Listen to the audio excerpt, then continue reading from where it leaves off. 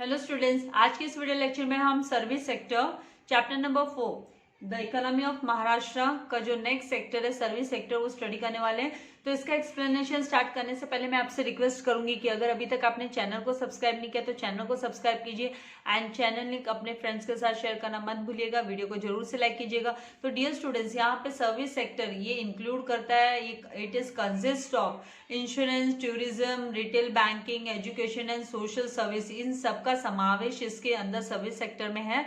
और जो service sector है ये जो सर्विसेज जो प्रोवाइड की जाती है बिजनेस को एज वेल एज जो फाइनल कंज्यूमर्स होते हैं, मतलब जो है ना सर्विसेज को डायरेक्टली कंज्यूम करते हैं वो फॉरवर्ड नहीं करते हैं, तो उन दोनों के लिए ये जो सर्विस सेक्टर है इसमें जो सर्विसेज है सर्विसेज के जो प्रोविजंस दिए गए हैं वो इंक्लूडेड है। Now service sector is the largest employment generating, ये है ना सबसे ज्यादा है ना एम्प्लॉयमेंट जनरेट करने वाला एंड फास्टेस्ट ग्रोइंग सेक्टर है इकोनॉमी का।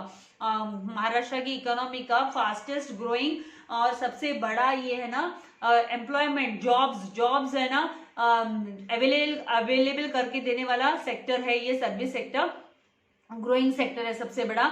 एंड जो कंट्रीब्यूशन है सर्विस सेक्टर का वो जो ग्रॉस स्टेट डोमेस्टिक प्रोडक्ट में जीएसडीपी मतलब ग्रॉस स्टेट डोमेस्टिक प्रोडक्ट, यहाँ पे हम है ना महाराष्ट्र स्टेट के बारे में स्टडी कर रहे हैं इसलिए यहाँ पे जीएसडीपी मतलब ग्रॉस स्टेट डोमेस्टिक प्रोडक्ट में जो इसका कंट्रीब्यूशन है वो सबसे हाईएस्ट कंट्रीब्यूशन है, सबसे ज्यादा कंट्रीब्यूशन अगर हम कंपेयर करते हैं अदर सेक्टर्स जो इकोनॉमी के अदर सेक्टर्स, इंडस्ट्री सेक्टर हुआ, एग्रीकल्चर सेक्टर हुआ, तो उन सब में से सबसे ज्यादा कंट्रीब्यूशन सर्विस सेक्टर का है। एंड इट वाज 54.5% ड्यूरिंग 2017-18 2017-18 में ये 54.5% ये रिकॉर्ड किया गया है। Now as per the data, now the core areas कौन से इसके मेन एरियाज ऑफ डेवलपमेंट, कौन कौन से सेक्टर्स है सर्विस सेक्टर में, कौन कौन से इंक्लूडेड है, कौन से कोर एरियाज है, इंपॉर्टेंट एरियाज है, तो फिनटेक है, आईटी एंड आईटीएस है, स्टार्टअप्स है, देन क्लाउड कंप्यूटिंग हो गया, इलेक्ट्रिक व्हीकल्स हो गए, डिफेंस हो गया, टूरिज्म हो गया, प्राइवेट यूनिवर्सिटीज हो गया।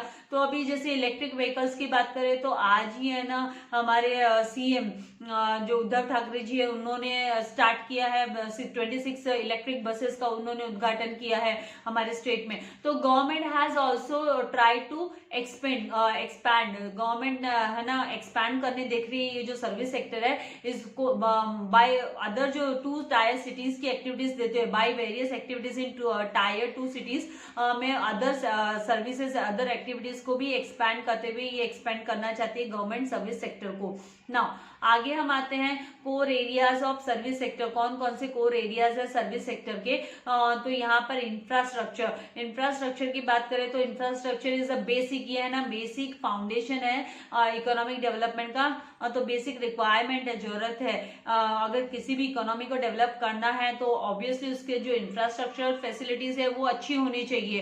तो एक साउंड फाउंडेशन होना जरूरी है, इंफ्रास्ट्रक्चर फाउंडेशन होना जरूरी है ओवरऑल सोशियो इकोनॉमिक डेवलपमेंट के लिए, किसी भी स्टेट के इकोनॉमिक डेवलपमेंट के लिए, उसके ह्यूमन के वेलफेयर के लिए इसका इंफ्रास्ट्रक्चरल फैसिलिटीज का नंबर 1 होना जरूरी है बेसिक, क्योंकि ये फाउंडेशन है, बेसिक फैसिलिटी है जो अवेल होनी चाहिए। Now this acts as a magnet, ये है ना जैसे कि चुंबक कैसे काम करते हैं अट्रैक्ट करने का, वैसे ही ये जो इंफ्रास्ट्रक्चर है वो है ना चुंबक की तरह काम करता है, वो अट्रैक्ट करने की कोशिश करता है एडिशनल इन्वेस्टमेंट को, स्टेट में एडिशनल इन्वेस्टमेंट को वो अट्रैक्ट करने का काम करता है इंफ्रास्ट्रक्चर एंड दस प्रोवाइड्स अ कॉम्पिटिटिव एज, इसलिए वो है ना कॉम्पिटिटिव एज के मतलब जो कॉम्पिटिशन की धार कैसे उससे तो अदर स्टेट्स दूसरे स्टेट्स के साथ जो कंपटीशन है उसको ये और मजबूत बनाता है और तेज करता है, उस धार को कंपटीशन की धार को और तेज करता है। नाउ एजुकेट इंफ्रास्ट्रक्चर फैसिलिटीज होनी बहुत जरूरी है, आर एन एब्सोल्यूट नेसेसिटी है, रिक्वायरमेंट है, ताकि है ना क्विकली हम है ना अचीव कर सके सस्टेनेबल इकोनॉमिक ग्रोथ को। मतलब एक है ना बढ़ती हुई जो हमारी इकोनॉमिक ग्रोथ को है ना हम है ना मेंटेन करके रख सके, एक लेवल पे इसको मेंटेन करके रख सके, तो उसके लिए इसका एडिक्वेट सफिशिएंट इंफ्रास्ट्रक्चर फैसिलिटीज की बहुत ही जरूरत है। ना क्लासिफिकेशन ऑफ इंफ्रास्ट्रक्चर को 2 टाइप्स में है ना इसके 2 टाइप्स है, economic infrastructure and social infrastructure.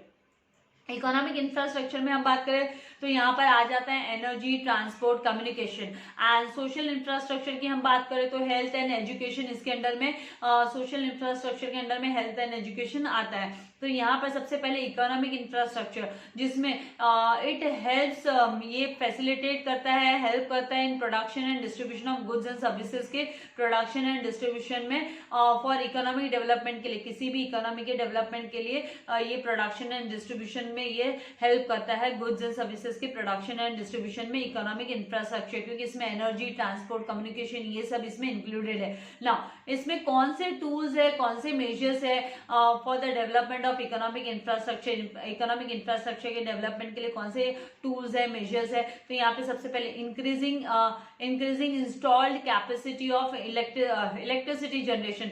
Electricity मतलब पावर जनरेशन होना चाहिए, भले वो ऑटोमिक पावर हो, भले वो सोलार एनर्जी हो, भले वो विंड पावर हो, लेकिन इलेक्ट्रिसिटी जनरेशन होना बहुत जरूरी है, उसका इंस्टॉलेशन कैपेसिटी इंक्रीज होना जरूरी है। देन सेकंड, रूरल इलेक्ट्रिफिकेशन, मतलब है ना गांवों तक है ना बिजली पहुंचनी जरूरी है। Network improvement and programs for energy conservation, तो एनर्जी को कैसे कंजर्व किया जाए, कैसे बचाया जाए, तो उसके नेटवर्क में इंप्रूवमेंट लाना, प्रोग्राम्स में इंप्रूवमेंट लाना बहुत जरूरी है। Then third, modified direct benefit transfer scheme to LPG consumers in state. Various states में है ना एलपीजी, मतलब हमारे जो महाराष्ट्र स्टेट में जो लिक्विड पेट्रोलियम गैस है, लिक्विफाइड पेट्रोलियम गैस है, मतलब जो एलपीजी गैस सिलेंडर्स है, तो उसके कंज्यूमर्स के जो कंज्यूमर्स को इनके डायरेक्टली ट्रांसफर होने चाहिए, वो स्कीम में मॉडिफिकेशंस आना चाहिए ना।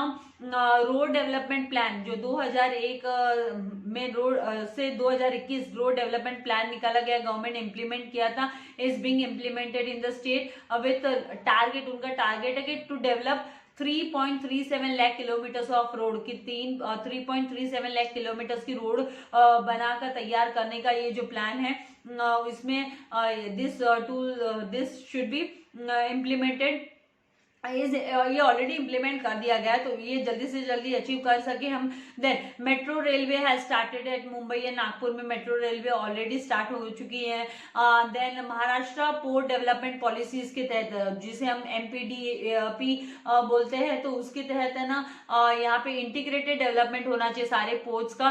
एंड जो गवर्नमेंट ने ना इसको प्रमोट करने के लिए, इसको मोटिवेट करने के लिए सागरमाला प्रोग्राम लॉन्च किया था बाय द सेंट्रल गवर्नमेंट ने सागरमाला प्रोग्राम लॉन्च किया पोर्ट्स को डेवलप करने के लिए। पोर्ट मतलब ये जो बंदरगाह है जहां पर आके अभी मुंबई में बहुत सारे जो है वेसल्स आते हैं बाहर से, एक्सपोर्ट इंपोर्ट का जब बिजनेस चलता है, तो यहाँ पे तो पोर्ट्स का डेवलपमेंट बहुत नीडेड है, जरूरी है। देन इंटरनेट सब्सक्राइबर बेस बढ़ाना जरूरी है, तो यहाँ पे जो महाराष्ट्र का जो इंटरनेट सब्सक्राइबर बेस है वो हाईएस्ट है अमंग ऑल द स्टेट्स, बाकी स्टेट की तुलना में ये हाईएस्ट है। Internet subscriber base was 5.45 crore है महाराष्ट्र में एज ऑन 30 सितंबर 2017 के रिकॉर्ड के हिसाब से, जो कि हाईएस्ट रिकॉर्ड किया गया है comparative to all other states. Now second यहाँ पे जो इंफ्रास्ट्रक्चर का टाइप है वो है सोशल इंफ्रास्ट्रक्चर। तो यहाँ पे सोशल इंफ्रास्ट्रक्चर में क्या है, is also one of the important components है, ये one of the important components हो गया, इकोनॉमी का फैक्टर हो गया, क्योंकि ये जो है वो इम्प्रूव करता है क्वालिटी, जो ह्यूमन लाइफ की क्वालिटी है उसको इम्प्रूव करता है, एंड इकोनॉमिक डेवलपमेंट को भी ये है ना बढ़ावा देता है, इसको भी ये स्टिमुलेट करता है। एंड ये इवन है ना जो ह्यूमन बीइंग की क्वालिटी, खाली क्वालिटी की बात नहीं, यहाँ पे इवन जो नॉलेज है, power to produce knowledge generate करने का, प्रोड्यूस करने का जो पावर है उसको भी ये इम्प्रूव करता है। Not only the quality but also gives the power to the to produce the knowledge. Now social infrastructure even includes the literacy program, then education हो गया, public health हो गया, housing हो गया, drinking water हो गया, sanitation हो गया, तो ये सब इसके अंडर में सोशल इंफ्रास्ट्रक्चर के अंडर में आता है। नाउ यहाँ पे कौन से टूल्स है ना टेकअप करने चाहिए, कौन से मेजर्स लेने चाहिए ताकि सोशल इंफ्रास्ट्रक्चर डेवलप हो सके। तो सबसे पहला है एजुकेशन। तो जैसे एजुकेशन की बात करें तो अब तो न्यू एजुकेशन पॉलिसी आने वाली है, एनईपी। नाउ यहाँ पे एजुकेशन इज कंसिडर्ड एज, ये है ना one of the main basic need है ह्यूमन की, and it forms the backbone. ये किसी भी सोशियो इकोनॉमिक डेवलपमेंट के लिए है ना रीढ़ की हड्डी का काम करता है। एंड ये जो अपना एजुकेशन है ये है ना बहुत ही इंपॉर्टेंट है। अगर हम ह्यूमन रिसोर्स डेवलपमेंट एचआरडी के हिसाब से ये बहुत ही इंपॉर्टेंट एस्पेक्ट है, पहलू है हमारे जीवन का, क्योंकि एजुकेशन है जो हमारे माइंड को नैरो नहीं रखता है, ये ब्रॉड माइंडेड हमको बना देता है। और अगर हम प्रेजेंट सिनेरियो की बात करें, आज के समय को देखते हुए चले, सिचुएशन को देखते हुए चले, तो इंडिया को है ना, इंडिया की जो हाईएस्ट डेमोग्राफी डिविडेंड है, ये जो हाईएस्ट एडवांटेजेस मिल रहा है इसको, हाईएस्ट डेमोग्राफिक डिविडेंड का टू मैक्सिमम परसेंटेज ऑफ जो यंग पॉपुलेशन है हमारी कंट्री में, मैक्सिमम यंग पॉपुलेशन की मतलब मैक्सिमम जो डेमोग्राफिक में हमारा मैक्सिमम हम देखेंगे तो है ना परसेंटेज है वो यंग पॉपुलेशन का है कंट्री में। तो एजुकेशन इसीलिए ना मेन ये जो है ना मेन हमारे लिए सिग्निफिकेंट हो जाती है, इंपॉर्टेंट हो जाती है, फर्स्ट प्रायोरिटी बन जाती है at a national as well as state level पर। ये बहुत ही इंपॉर्टेंट हो जाता है क्योंकि ये ह्यूमन डेवलपमेंट के लिए, ह्यूमन रिसोर्स डेवलपमेंट के हिसाब से भी ये हमारी ओवरऑल डेवलपमेंट के लिए बहुत जरूरी है। Now the state of Maharashtra has implemented various educational schemes उन्होंने लेकर आए to achieve the goal of education, education के गोल को अचीव करने के लिए। एंड यहाँ पर 4 लेवल्स है एजुकेशन के हमारी कंट्री में। एक है प्राइमरी, दूसरा है सेकेंडरी, तीसरा है हायर सेकेंडरी एंड चौथा है हायर एजुकेशन। तो यहाँ पर प्राइमरी एजुकेशन जिसमें कि the state of Maharashtra has implemented, उन्होंने राइट टू एजुकेशन, मतलब सबको है ना पढ़ने का ये जो शिक्षा लेने का अधिकार सभी को है। तो ये जो चिल्ड्रन का एज ग्रुप है वो 6 साल से लेके 14 साल से तक के जो बच्चे हैं उनको free education, free and compulsory education इसके सर्व शिक्षा अभियान के तहत एंड राष्ट्रीय शिक्षा अभियान के तहत मिलना जरूरी है। तो द एक्सपेंडिचर जो है स्टेट गवर्नमेंट का प्राइमरी एजुकेशन पे जो खर्चा हो रहा है, जो वो एक्सपेंडिचर्स कर रहे हैं वो है ना 19,486 रुपए का है, 19,486 करोड़ का ये जो है एक्सपेंडिचर्स है 2016-17 के रिकॉर्ड के हिसाब से। तो यहाँ पे इकोनॉमिक सर्वे ऑफ महाराष्ट्र 2017-18 दिया हुआ है जिसके अंडर में 2016-17 नंबर ऑफ स्कूल्स कितने, तो 1,04,971 और टोटल एनरोलमेंट कितना हुआ है स्कूल्स में इन लैक्स में हम बात करें तो यहाँ पर 159.86, दैट मीन्स ये लैक्स हो गया 159.86 लैक्स। एंड जो नंबर ऑफ टीचर्स है इन लैक्स तो वो है 5.30 lakhs of teachers. And people teacher ratio है, मतलब स्टूडेंट टीचर रेशियो जो है 30 बच्चों के पीछे एक टीचर अवेलेबल है। तो ये प्राइमरी जो एजुकेशन है फर्स्ट टू लेकर 8th स्टैंडर्ड तक का जो हम प्राइमरी एजुकेशन बोलते हैं तो उसकी ये कंडीशन है, ये सिचुएशन है। Now secondary and higher secondary education की हम बात करें तो secondary and higher secondary education में राष्ट्रीय माध्यमिक शिक्षा अभियान जिसे RMSA ये जो लॉन्च हुआ 2009 में, it was launch in 2009 and इसका जो मेन मोटो है वो क्या है कि भाई इंप्रूव करना है जो एजुकेशन है सेकेंडरी एजुकेशन की क्वालिटी को, और उसका जो उसको एक्सेस करने उसका जो एक्सेस करना है, मतलब उसको उस फैसिलिटी को यूज करने के लिए इजी प्रोसेस हो। तो ये है ना सर्व शिक्षा, ये जो राष्ट्रीय माध्यमिक शिक्षा अभियान के तहत ये पॉसिबल है। एंड ड्यूरिंग 2016-17 के हिसाब से जो गवर्नमेंट का, स्टेट गवर्नमेंट का एक्सपेंडिचर्स है secondary and higher secondary education पे वो 16,089 वो करोड़ वो नोटिस में आया है, रिकॉर्ड में आया है। So secondary and higher secondary education है वो 9 से लेकर 12 स्टैंडर्ड तक की है, जिसमें educational institutions and their enrolment, उनका एनरोलमेंट क्या है तो यहाँ पे 2016-17 के हिसाब से 25,737 स्कूल्स है, नंबर ऑफ स्कूल्स है सेकेंडरी स्कूल्स 9 से लेकर 12th and total enrolment lakhs में है जो 66.15 लैक्स है। एंड जो टीचर्स है, नंबर ऑफ टीचर्स है वो 2.13 lakhs of teachers and people teacher ratio वो 31 स्टूडेंट्स के पीछे एक टीचर अवेलेबल है। तो ये इकोनॉमिक सर्वे ऑफ महाराष्ट्र के 2017-18 के सोर्स से लिया हुआ है। नाउ यहाँ पर है ना हायर एजुकेशन की जब हम बात करते हैं तो हायर एजुकेशन में apart from the universalization of primary education, भाई प्राइमरी एजुकेशन को यूनिवर्सलाइज मतलब सबके लिए compulsory education, free and compulsory education के अलावा है ना गवर्नमेंट जो है वो एफर्ट्स ले रही है कि वो अपनी वो है ना अपॉर्चुनिटीज को वो एक्सपैंड कर सके, हायर एजुकेशन की अपॉर्चुनिटीज को भी वो एक्सपैंड कर सके। इसलिए हायर एजुकेशन ये क्या है, ये हेल्प करेगा in creating the technical and skilled human resources में, जो कि बहुत ही इंपॉर्टेंट इनपुट है, नेसेसरी है इकोनॉमिक डेवलपमेंट के लिए। तो यहाँ पर जो स्टेट में हमारे देयर आर 22 स्टेट यूनिवर्सिटीज है, जिसमें से जो 4 यूनिवर्सिटीज है वो एग्रीकल्चर से रिलेटेड यूनिवर्सिटी है, 1 यूनिवर्सिटी है वो हेल्थ एंड साइंस कोर्सेज को लेकर है, एंड 1 यूनिवर्सिटी है वो वेटरनरी जो साइंस से लेकर है, मतलब एनिमल्स डॉक्टर जो डॉक्टर्स के एनिमल्स वगैरह जिनको नॉलेज लेना है तो उससे लेकर है। देन 1 फॉर टेक्नोलॉजी एंड बाकी 15 अदर यूनिवर्सिटीज भी है जनरल कोर्सेज के लिए। तो इन एडिशन अगर हम बात करें तो यहाँ पर जो है ना 21 ऑटोनोमस यूनिवर्सिटीज है, जिनमें से 1 सेंट्रल यूनिवर्सिटी है एंड 4 है वो प्राइवेट यूनिवर्सिटीज है and 5 institutes of national importance in state यहाँ पर अवेलेबल है महाराष्ट्र में। हम महाराष्ट्र स्टेट की इकोनॉमी के बारे में बात करें ना तो यहाँ पे लिबरलाइजेशन, ये जो लिबरलाइजेशन, प्राइवेटाइजेशन एंड ग्लोबलाइजेशन जो आया है, मतलब है ना आपको लिबर्टी है, आप है ना freely you can supply goods outside the country, आप पे कोई भी है ना रिस्ट्रिक्शंस नहीं होंगे। प्राइवेटाइजेशन, जितने भी गवर्नमेंट इंस्टीट्यूशंस है उनको प्राइवेटाइजेशन कर दिया एंड ग्लोबलाइजेशन, तो बाउंड्री लेस बिजनेस हो गया। तो ये सारे चैलेंजेस को कॉप अप करने के लिए जो महाराष्ट्र स्टेट है पब्लिक यूनिवर्सिटीज एक्ट 2016 का एक्ट एनेक्टेड किया गया है, जिसका की फोकस किस पे होगा तो वो एकेडमिक ऑटोनॉमी एंड एक्सीलेंस पे होगा। एजुकेशन को लेके वो मोटिवेट करेगा, प्रमोट करेगा एकेडमिक स्टडीज को लेकर यहाँ पर, एंड जो स्किल बेस्ड एजुकेशन को भी ये प्रमोट करेगा। Democratic process in higher education की, हायर एजुकेशन में डेमोक्रेटिक वे में ये जो स्किल्ड बेस्ड, जो स्किल इंडिया आप नाम सुने होंगे, अभी जो हमारे प्रेजेंट पीएम है उनका कहना भाई India should be skill India होना जरूरी है, राइट। तो उसको भी बढ़ावा देना जरूरी है। तो यहाँ पे महाराष्ट्र जो स्टेट है वो फर्स्ट स्टेट है जिसे है ना हमारी कंट्री का फर्स्ट स्टेट है जिसे है ना RUS से रिसीव हुआ है। RUS से मतलब राष्ट्रीय उच्चतर शिक्षा अभियान के तहत उसे 20 करोड़ रुपए की under the research and innovation and quality improvement के लिए उन्हें ये फंड जो है ना ट्रांसफर हब, मतलब technology innovation and technology transfer hub बनाने के लिए 20,000 करोड़ का उन्हें ना सपोर्ट मिला है सेंट्रल गवर्नमेंट से।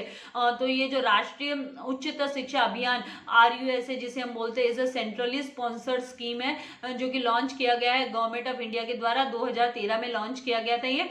नाउ अदर बात करें हम, इसकी बात करें इंफ्रास्ट्रक्चर की, तो इंक्लूसिव एजुकेशन होना जरूरी है। मतलब आप है ना हर तरीके के डिफरेंटली एबल्ड चिल्ड्रन जो है, हम डिसेबल्ड नहीं नाम देते, उनको स्पेशल नीड्स वाले बच्चे बोलते हैं। जैसे किसी की आंख की प्रॉब्लम है, किसी के एक हाथ नहीं है, किसी का पैर, कोई हैंडीकैप है, तो ये सारे के सारे इंक्लूसिव एजुकेशन लेके आए कि भाई उनको भी हक है कि नॉर्मल बच्चों के साथ वो पढ़ सके। अगर उनके पेरेंट्स को चाहिए कि नहीं they will take education in normal schools, तो ये इंक्लूसिव एजुकेशन सिस्टम आ गया है। एंड देन गर्ल्स एजुकेशन को प्रमोट करने के लिए बहुत सारे स्कीम्स लेके आए गवर्नमेंट ने प्रमोट करने के लिए, कि उन्होंने फ्री एजुकेशन के लिए हायर सेकेंडरी लेवल तक की फ्री एजुकेशन दी है उनको, और ST बसेस में उनको फ्री वो ट्रैवल कर सकते हैं स्कूल आने जाने के लिए रूरल एरियाज में। एंड जो बहुत ही इंटीरियर पार्ट्स में रह रहे, जो 5 किलोमीटर की दूरी पे रह रहे स्कूल से, तो उनको गवर्नमेंट है ना साइकिल बाईसाइकिल्स उनको गर्ल्स को प्रोवाइड करी, गर्ल्स एजुकेशन को बढ़ावा देने के लिए।